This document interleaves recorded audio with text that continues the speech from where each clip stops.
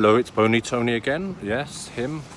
And I'm in part 2 of Lefties. The last one was Karl Marx. I covered Karl Marx's statue in London last time round. Subscribe if you want to see it. Or just go to Bony Productions on YouTube, which is where this is, and look at the one I did previously on Karl Marx. Anyway, this is Lefties part 2, Friedrich Engels. And Engels, F. Engels, is written there in Cyrillic, or the Russian alphabet. Engels. F. Engels stands for Friedrich Engels, which means Fred Engels.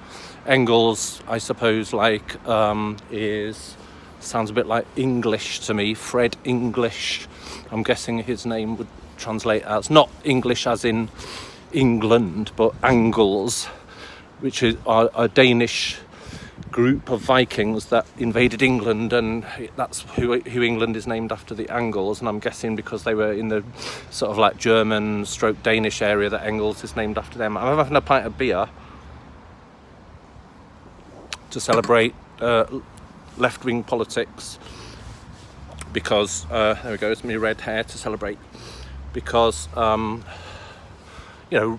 beer is a left-wing drink, isn't it? And right-wingers drink tea, don't they? And they drink tea at the Queen's house in Buckingham Palace like this. They drink a cup of tea and they stick out their little finger like that. That's a right-winger for you.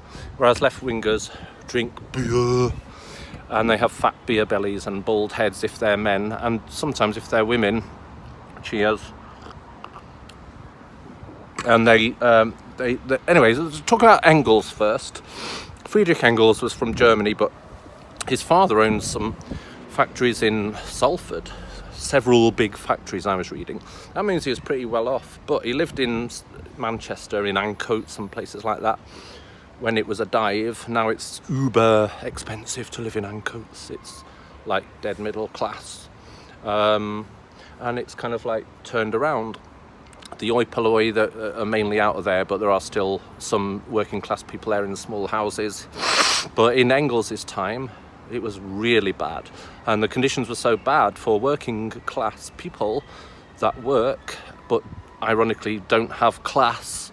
No, I don't mean that. I really don't. The conditions were so bad that it inspired him to write The Condition of the Working Class in England, which he then showed to his mate Karl Marx, who he met in Paris.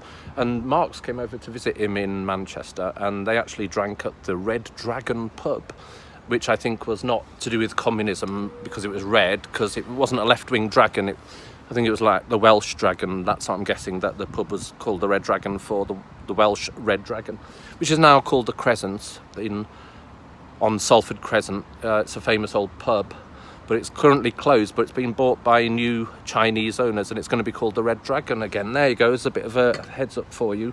But Engels financially supported Karl Marx, who I went to last week in my video in London. He supported his writing and researching of Das Kapital, which, is definitely not, although it's the same language, definitely not of similar sort of political beliefs as Mein Kampf. So lefties gather in pubs called the Red Dragon, and they drink beer and they talk codswallop.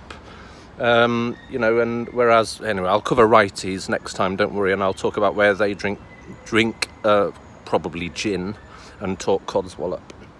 But that's to come next time.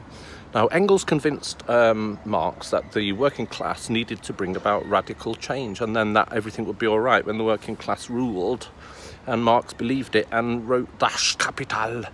And and we have Marxism, Leninism, Engelsism, radicalist, crypto-syndicalist, blah blah blah, socialist workers, socialist non-workers, socialist people with long-term injury, and so on and so on. And the idea is to give poor people lots of money, let them win the lottery each week, give them a beer and fags allowance. Hang on.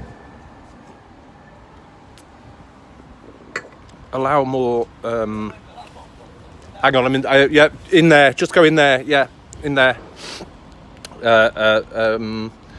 Allow more working class prime ministers. But we tried that with Harold Wilson, of course, and he came from Yorkshire, and that was a big mistake because like Harold Wilson, if you are too young to remember him, he used to wear a mac and smoke a pipe.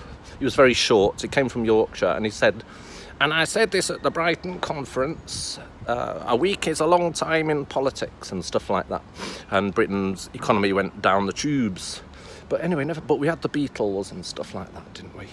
And actually social mobility was a lot better in those days than it is now. So that was actually, there were some good things. I just want to stress, there are some good things about leftyism. And you can't have like northerners though coming down to London with their flat caps, whippets, pipes and slippers. I hope that lesson has been learned. Now that's it for me for now. Outside the statue of Engels, there he is, Freddie Engels. I'm gonna kind of call it quits now, and next time I'll do some righties. So I've done 2 lefties, Marx and Engels. Next time I'll do some righties. All right, bye bye for now, everybody. From Bony Tony, subscribe. Bye.